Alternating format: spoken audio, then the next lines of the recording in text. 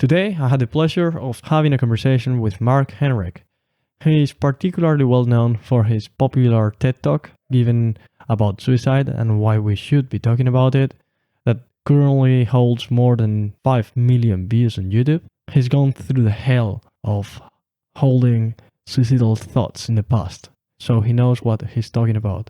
In today's conversation, we talked about suicide, why some people choose it and how to avoid it, the meaning of life, public policy measures relating to suicide prevention, the important differences between the collective and the individual, and the remarkable similarities between the war on drugs and the suicide numbers that represent a social failure. Both of those, in my opinion, are rooted in the same failure, not admitting that the human nature is in one way and wanting to force it to operate in a different one. Make sure to leave 5 stars to the show on Apple Podcasts and Spotify. And I hope you enjoy listening to this conversation as much as I did having it.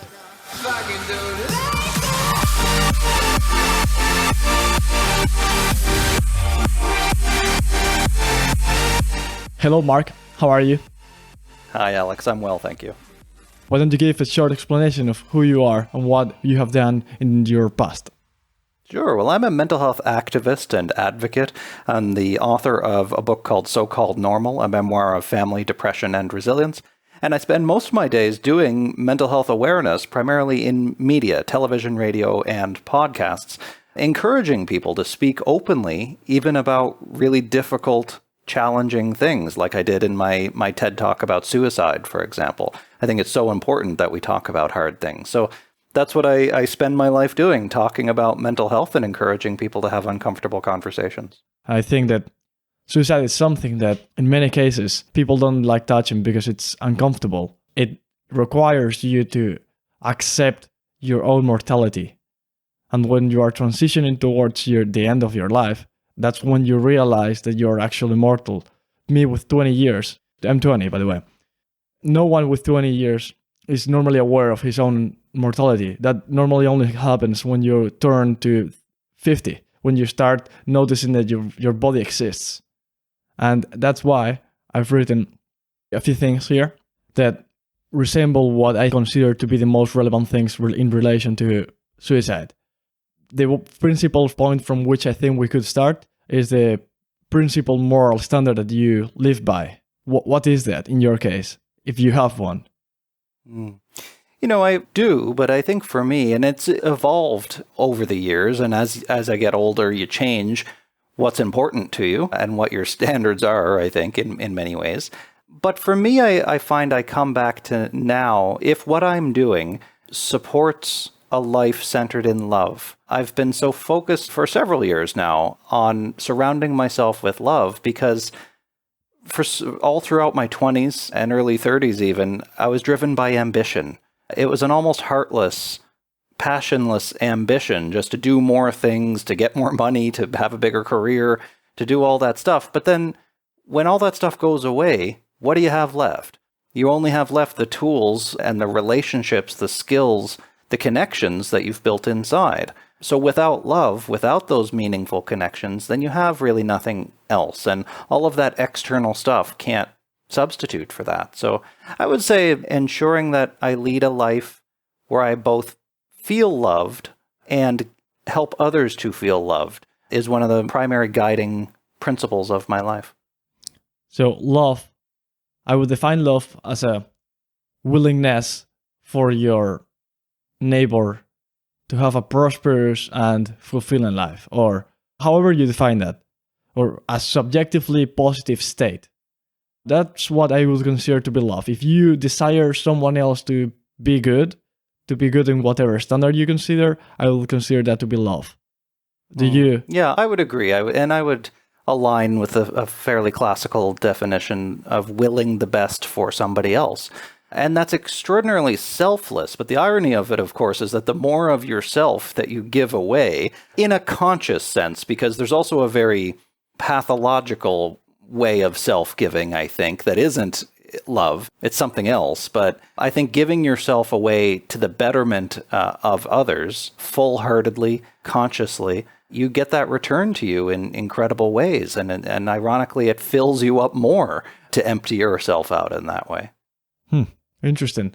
When you mentioned previously that your 20s and the early 30s were invested in seeking status, in trying to maximize how well your career was going, I tend to think of this as a red pill to people who have never abstracted themselves out of the rat race of seeking status to be in the top of the hierarchy so they can satisfy their evolutionary desire to be high in the hierarchy so they can maximize their probability to survive and reproduce.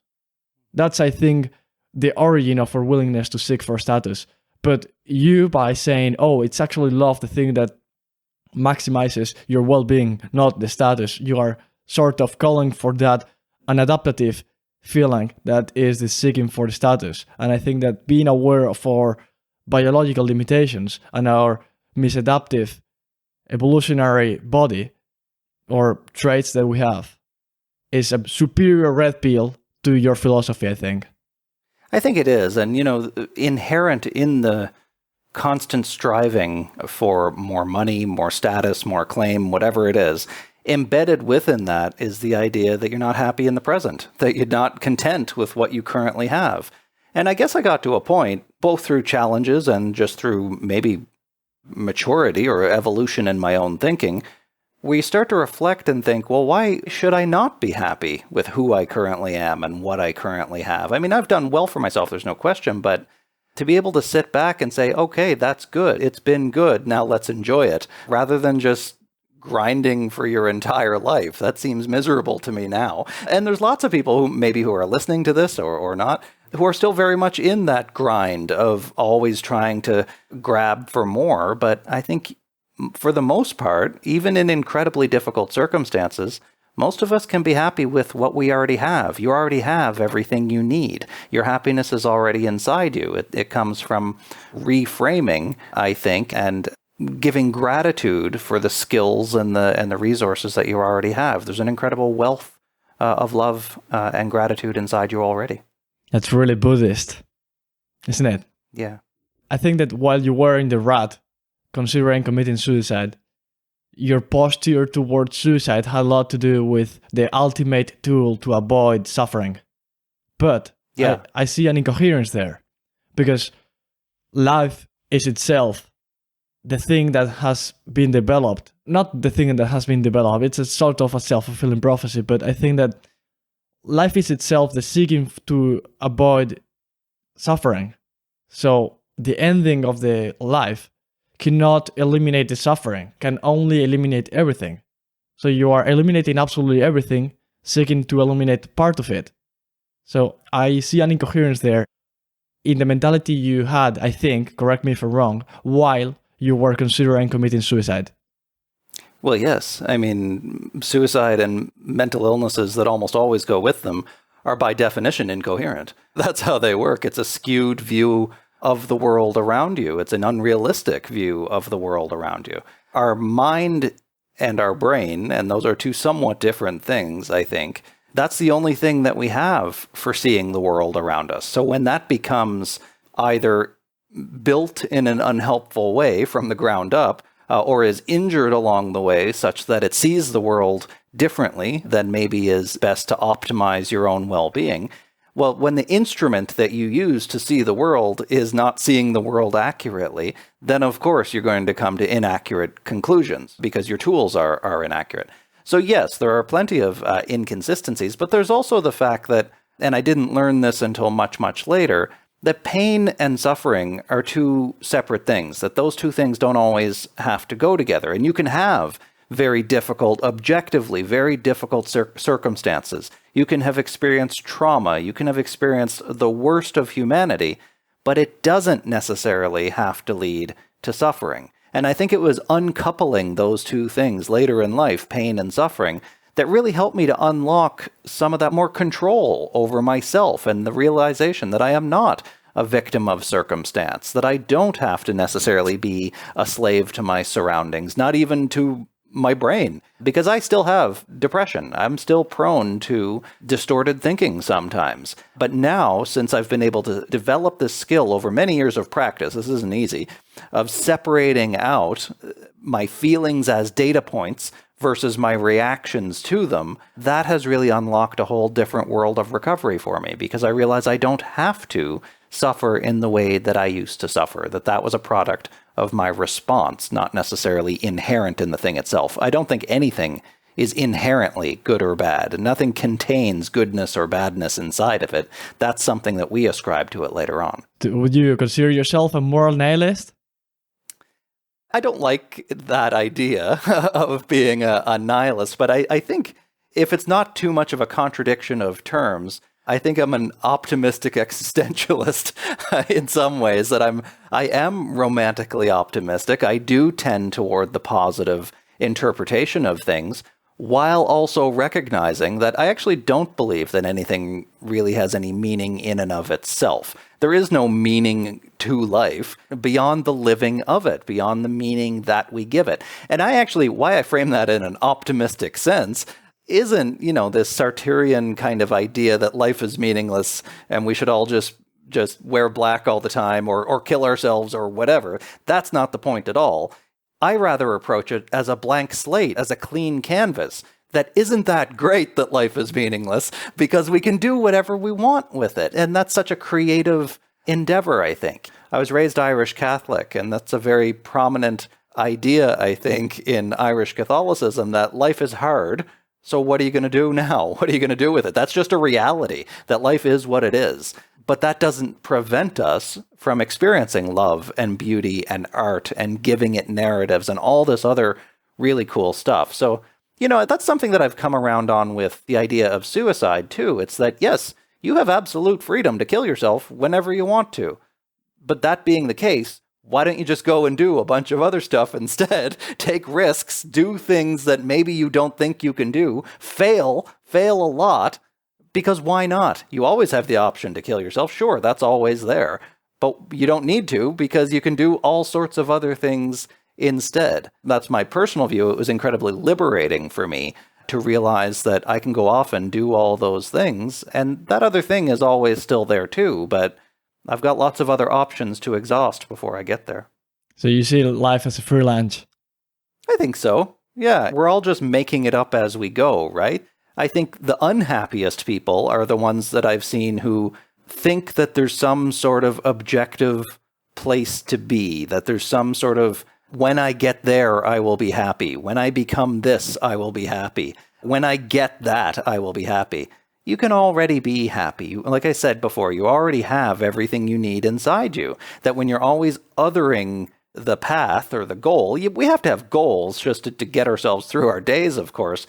But we don't actually have to be striving in that kind of way to get everything that we already have inside of us. What would it be for a meaning to exist?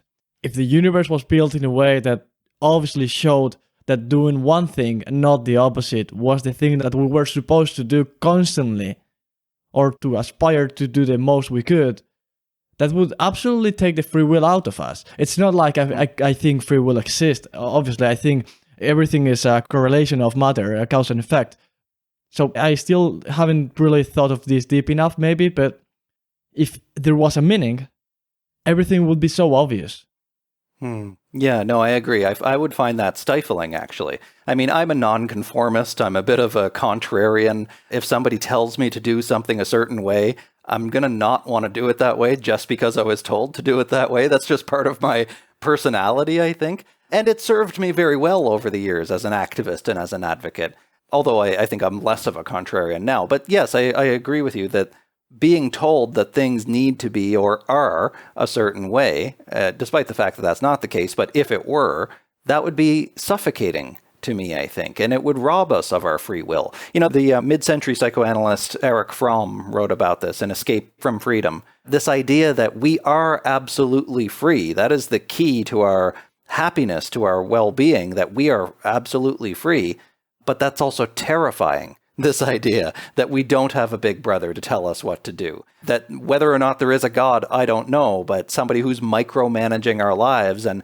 he wrote about this idea, how attractive it is. And we've seen this tragically through history many times, how attractive it is to want to give ourselves over to a different cause that controls us, because we're so afraid of our own absolute freedom. I think that when we embrace that, that's where happiness is, that we could make different choices, but we're free at any moment to make a different choice instead. And that helps us to get unlocked from all sorts of stuck patterns, I think. That doesn't completely make sense to me, because I always tend to see things from a biological lens. And how is it that a primate that has evolved to develop the most intelligence in the whole planet requires going through some mental pathways or to grasp some concepts that have not really been grasped as much, like the one you just said in the last 20 seconds, of just noticing how you have everything you did in your inside, and it's all about taking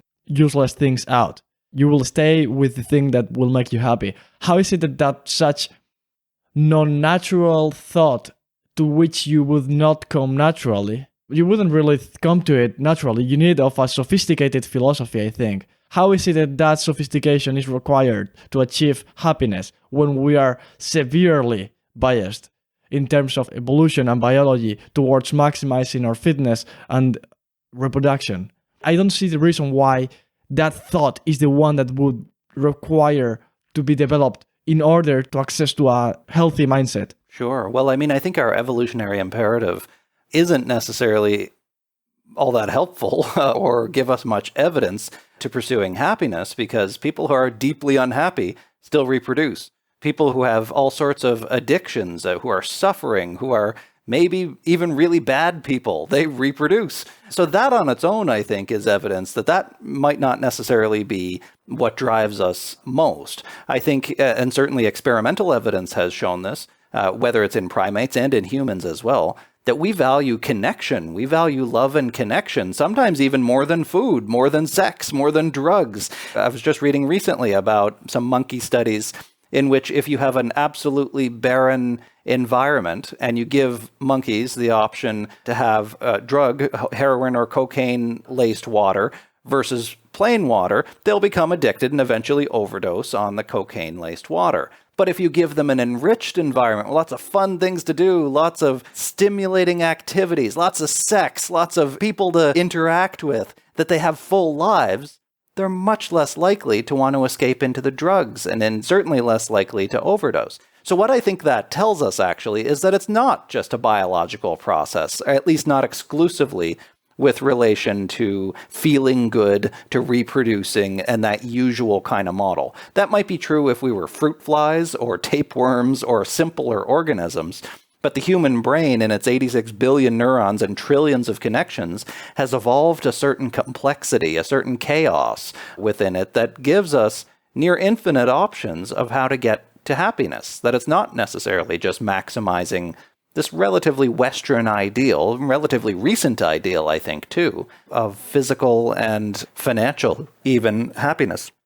I think it's very different than that. Okay, in many situations, I feel like we are slaves to our feelings. We identify ourselves with the arbitrary mental state that we happen to have in the moment, in the sense that your feeling is your perceived self-worth. Is there anything to get independence from that evolved thought process through thousands of generations to maximize reproduction? A very influential researcher in the early 20th century, I could be getting that wrong, named Lev Vygotsky, who explored this idea of the co-development of thought and language. That those two things, when babies are born in your brain, and this has since been researched and relatively well understood, that the thoughts that we think in our head and the language that we use to express those thoughts are two separate tracks. As we develop, they become very close and intertwined, but they never actually come together. Why I raise that here is because feelings, emotions, are essentially thoughts in terms of being neural activity, they're cognitive activity, and often visceral or physical activity as well. But then the words that we learn to ascribe to those thoughts, that depends on how much emotional granularity we practice as little kids. That is, how many words we learn to apply to our feelings. That becomes important later on because if you actually don't have a rich vocabulary for naming and identifying your emotions, then it's much easier to fall into the trap of thinking that you are your emotions because you haven't yet separated out those things. In reality, emotions are data points. They're flags of information. Sometimes it's just physiological reactions based on the input that we're getting from the world around us. Feelings and emotions in and of themselves don't mean anything. It's later on that when we link them together and create stories about them, we over-identify ourselves with them. I am my feelings. And you hear this all the time. I am sad. Well, what that person probably means is that they feel sad, but they're collapsing their identity into the emotion. I think a goal of mindfulness meditation, certainly a goal of cognitive behavioral therapy, is separating those two things out a little bit more. So you realize that you're not actually your emotions. These are things that happen to you, maybe for you, but you are actually the one who's in control of what you do with those feelings inside you. And that can be incredibly therapeutic when you learn how to do that, when you learn how to separate that out. You feel that emotion, you recognize it because it's real, and then you let it go. You can let it go from you and let something else come in instead. So that way we don't cling to any especially negative or unhelpful emotion as well. When you posted in your TED Talk that there's some statistics that you said a quarter of 15 to 25-year-olds who die because of suicide. And you say that as being unacceptable. I tend to think of morality as being inherently unsatisfactory. Because there's not a moment in which you would say, okay, only like 0.1% of the people die of this cause. That's enough. We would be better off investing our resources somewhere else. It's like we are constantly hijacked by the next step in any direction. There's not a criteria, I think, correct me if I'm wrong, please, that no matter what this percentage was, there's not a point in the spectrum from 0 to 100 of the amount of people from 15 to 25-year-old who died due to suicide, in which we would say, okay, it's enough. It's low enough to just dedicate our resources somewhere else. What are your thoughts on this? I agree with you. And then I would ask you how many suicides are acceptable. And of course, I think I know what your answer would be, which you were just saying. No amount of suicides are acceptable. And this is actually the very premise behind a movement called zero suicide, which is that zero suicides are acceptable, particularly in certain contexts. And this is where I think this is an important qualification. First of all, when I say that number of suicides is unacceptable, it's got nothing to do with the people who are dying by suicide. It's the fact that we're not trying hard enough. We're not trying as well as we could be with the resources that we already have to prevent that number of suicides. So while yes, any number of suicide would be unacceptable, I would argue, because suicide is preventable, it's doubly scandalous right now that we're experiencing so many more than we actually need to be with some very simple low-tech interventions. If we just had the right political will, if we had the right resources, if we had the right investment, we already have highly effective treatments to help people with the vast majority of mental health problems and illnesses. We already know how to prevent suicide. What's unacceptable is that we're not. And at a certain point, societies and governments need to decide what they really stand for, what their values are, and like you say, what number of suicides are acceptable in that society. And in my society, I live in Canada, and I think it's a very similar culture in most Western countries on this front anyway. We can be significantly reducing suicide to better align with our cultural values. And right now, we're really not doing that. So while, yes, I'd like to see the number at zero, at the very least, we can be doing a better job of reducing that number. So we're not just throwing our hands up and saying, well, no number would ever be good enough, so let's do nothing. That is unconscionable to me, that we need to do something because we already know how. That will go against your thesis that living is worth it. If you assume that no next action is worthy in terms of reducing the amount of suicides, why reduce anything or why increase anything? Let's just commit suicide in the first moment. Right. Well, yeah, of course you can. But like I say, most people who die by suicide are doing so because they think they have no other option. In fact, they do. The problem is that their healthcare system and their society around them isn't reinforcing the idea that they have other options. Our societies, our healthcare systems, sometimes make it harder for people to recover who are experiencing severe mental illnesses, who are suicidal. And it doesn't have to be that way. So I think that it's our job as a society to help lift each other up, to help people become the best version of themselves that they're able to become and that they choose to become. Nobody should be choosing to end their life because they think it'll never get any better or because they have no options that other people have to make their life better. That's a fundamental inequality that the whole point of society is to try to build everybody up, I think.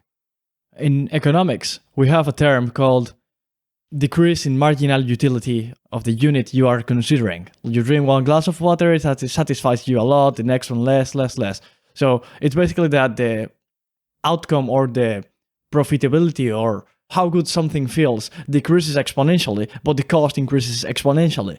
So I think this is omnipresent. It applies also to suicides. When trying to avoid suicides, I'm just inventing a statistic. If 20% of the people commit suicide in their lifetime, trying to reduce that percentage by 50% will be relatively easy. But if you try to reduce that 50% even further, even a 50% further, that will increase the cost more than double, because those 50% are harder to convince or to treat. You know what I mean?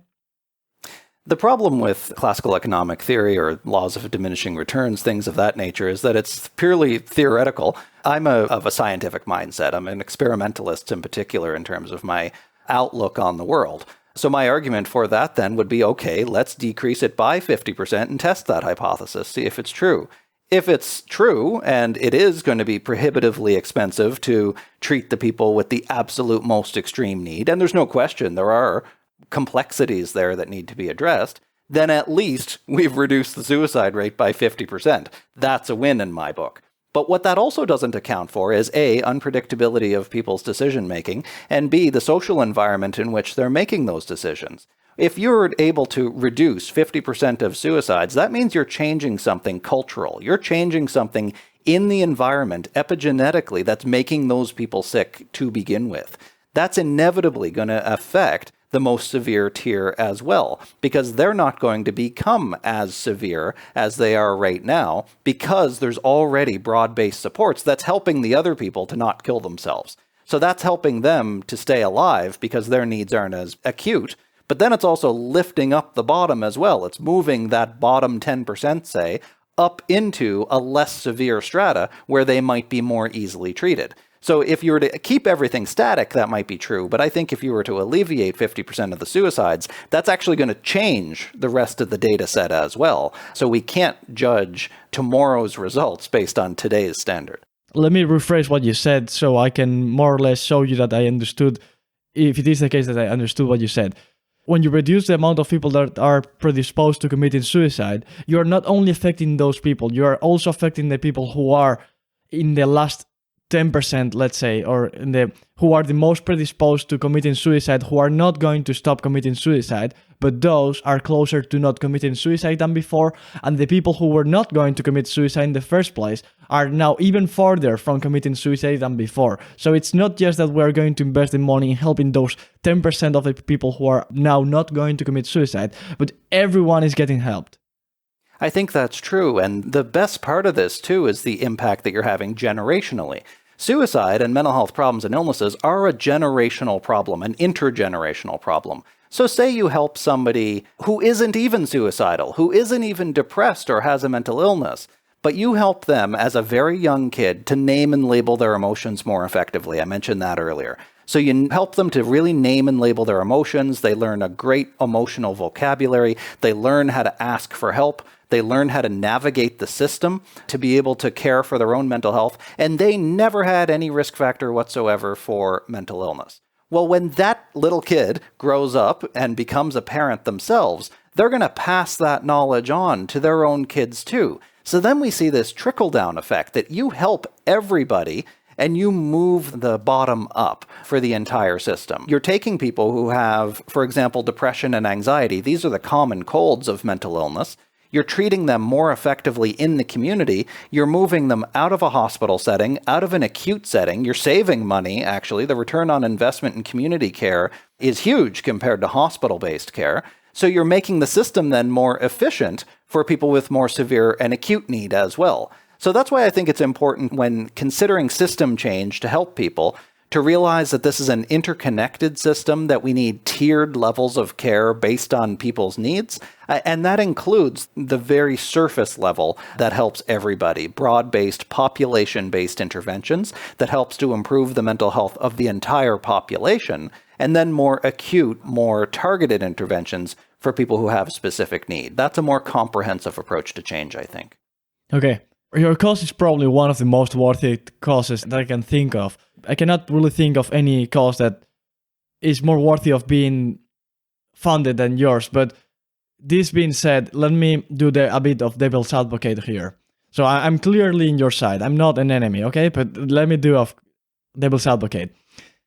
Let's say when you are decreasing the threshold that is admitted socially of the people that are considered to be correct to commit suicide, because 0%, let's say, is the optimum, the amount of resources dedicated to this is going to increase, and you are increasing the amount of people that are going to be close to committing suicide. And people who commit suicide, by the nature of the action, can only happen once. So when a person who commits suicide commits it, is taking one person from the pool of suicidal persons away from that pool, you know? Theoretically, that's true if that person were in isolation. However, in fact, we know that for every suicide attempt, let alone death by suicide, between 10 and 25 people are directly impacted by that.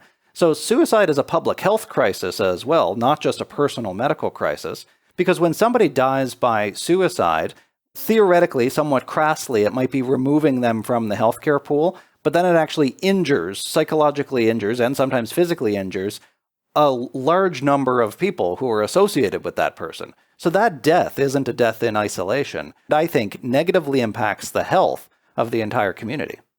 Okay. So as the only cause that is being assumed when someone commits suicide is not his life, but the entire community's mental health, we have also to take into account the collateral damage committed that's even bigger than the specific damage of the life of that person, or I don't know, it could be lower, bigger, I don't care. We have to take into account the big picture in order to determine how many resources to dedicate to this. And the big picture is much bigger than the specific life lost.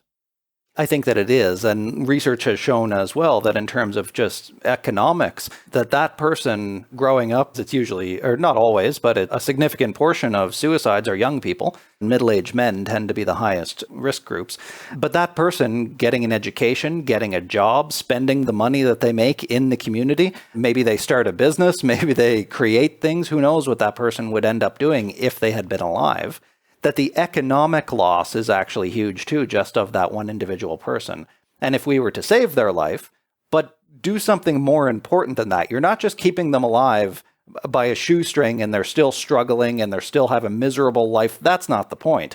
That we keep people alive, but then we also make their life better too. We help them to thrive. We give them the tools that they need. We ensure that they have safe, clean, affordable housing, that they have work, that they have food. These are the basic necessities. This is what governments are supposed to exist to do. So when we help not only to keep people alive, just barely, but then build them up to be something, that the economic return just on that individual person is huge. And then there's the collateral impact as well. So there's no question that suicide prevention is worth it, that when people die by suicide, it isn't saving the economy anything, that it's actually a drain on our economy to be losing such talented, beautiful, creative, potentially economically viable people. I see a huge similarity here with the approach that the West took against the huge wave of drug addiction occurred in the 80s. While most of the societies in the West decided to criminalize and stigmatize the drug addictions, Switzerland decided to take care of the people who were suffering and going through this problem, which is in most of the cases really tragic. And this is why Switzerland had the lowest rate of addiction and the lowest rate of deaths. So maybe knowing exactly what's the difference between the system that Switzerland applied during the 80s to avoid drug addictions and the system that, for example, Germany implanted that was quite a bit worse, knowing the difference there would allow us to distill what's the correct measures to be taken now in relation to suicide. I think so. And then, speaking on drugs, if you compare and contrast that with the war on drugs in the United States, which was an abject failure. The United States incarcerates more people than any other industrialized country, more than any other country, period. And it doesn't work. It actually degrades the fabric of society. So we need to recognize why people are turning to substances to begin with. Very often, there are trauma-related causes. There are all sorts of intergenerational and family-related issues. But then to take a more holistic public health approach to it, to helping people heal, that's in not only our economic interest, but our interest as humanitarians as well, I think. Yeah, it could be the case. Yeah, certainly. There's not a price tag that you can put to humanitarian approaches, really, or not that easily. No, I don't think there is, but I think that needs to be our primary goal. And this is one of those things that I think gets lost, especially in Western countries that are primarily profit-driven, primarily financial motive is what drives things.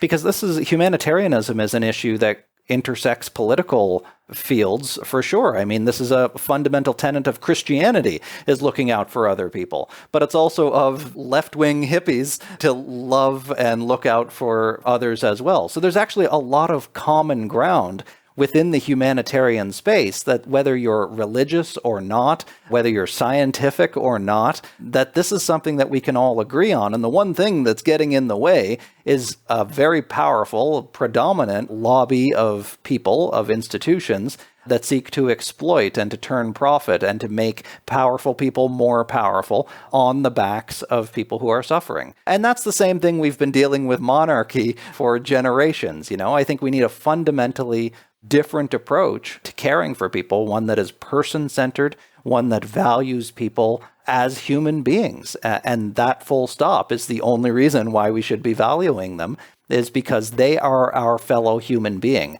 not because of what they can do for us or how much they can pay us, but rather because we're on this planet together. So it would be sort of a unconditional social program that will allow everyone getting out of that bad situation, no matter how much value they are adding to society in economic terms. No, I think, yes, we need to be helping everybody because it's the right thing to do. And this idea that what's mine is mine and I worked hard for it, and despite the fact that people who expound that gospel most loudly are people who might not have worked all that hard for their money, that it was passed down to them, that it was family wealth, that it was lucky, that they had good opportunities to go to the best schools. There's all sorts of circumstance. Everybody likes to think that they did it on their own, that they made it and nobody helped them. But we need each other in order to be successful. You got born into America. Well, this is, I think, true everywhere around the world, that there are two fundamentally different mindsets, that we need to have a more collectivist view of the world around us while still honoring on individuality. I want to say that too, that we are still individuals with our own personal life experiences that make us who we are, and that needs to be honored. We don't need to forget that. We can do both. We can honor individuality and celebrate individuality while also building us up as a whole. Yeah, I agree. I think we should be aware of how little of our responsibility it was to be born into a prosperous society, that it is mostly the reason why we were able to exceed in prosperity, not because you were especially capable of managing your project. But yeah, I think there's also a lot of room to appreciate individual differences and capacities. Well, and it also, I think, causes us to reflect on if prosperity is the goal. I don't even think that is necessarily the goal for everybody, but if it is, causes us to step back and think, Well, so what? Okay, it comes back to your reference to how few suicides would be enough. So kind of looking at the downside of the slope. Well, look at the other side of the slope as well. How much money is going to be enough? When will you be happy? Is it $1 million? Is it $10 million? Is it $1 billion? How much is it going to take to be happy? So there's nowhere to stand on either end of the spectrum. So we need to be able to, as individuals, because this is an individual thing, be able to say to ourselves, I am enough. I have enough. This is good enough. And everything else I do can be to help others get back to that place as well. There's something incredibly freeing personally about being able to say, I'm good. I think I'm okay. And I think that's fundamentally what's lacking for people who are always seeking more of something that they probably don't need. Buddha supposedly said life is suffering, but they have now recently rechecked the works, and it is think, and it has been shown that it actually was referring not to life is suffering, but life is unsatisfactoriness. Well, I mean, I think that's an entirely subjective determination, right? And I think when we look at whether it's Hobbes or Rousseau or philosophers throughout time, you can look at their lives and think, well, okay, that's fine that they have that opinion, but given their life, given their experience, that doesn't actually mean a whole lot of anything to me as somebody, who has read a fair amount of philosophy myself. So, whether or not life is suffering, I think that's true, but only to the extent that it doesn't mean anything. And by that, I mean that, yeah, life is hard. Move on. So what? It doesn't mean anything. You don't have to escape it. We don't have to complain about it. We can change it. It's just life is hard. As Anna Freud once said, who told you that this was supposed to be easy? Who promised you that life would be easy? That's almost a given. It's okay. There are challenges. What next?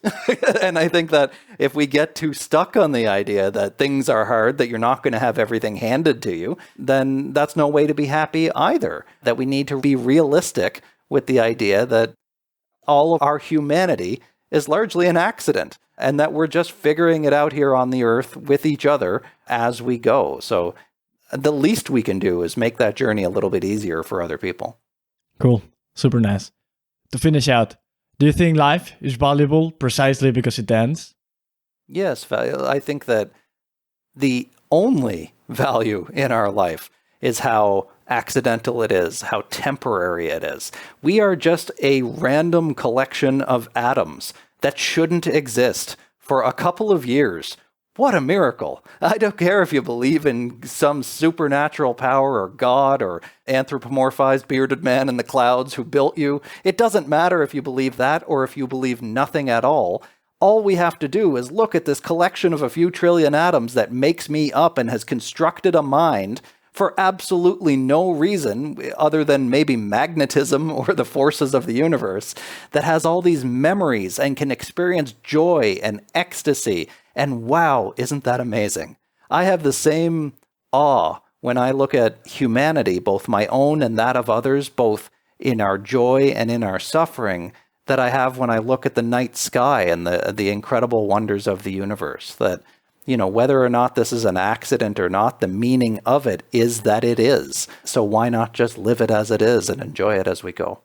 Yeah, meaning has to be a sort of self-fulfilling prophecy. There's no other way. So Mark, where can people find more about you, apart from the popular TED Talk that you gave?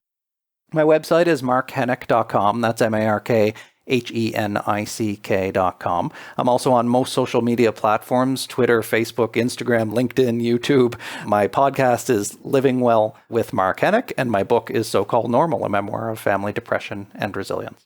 Perfect. It's been great, Mark. Thanks, Alex. Take care. Take care.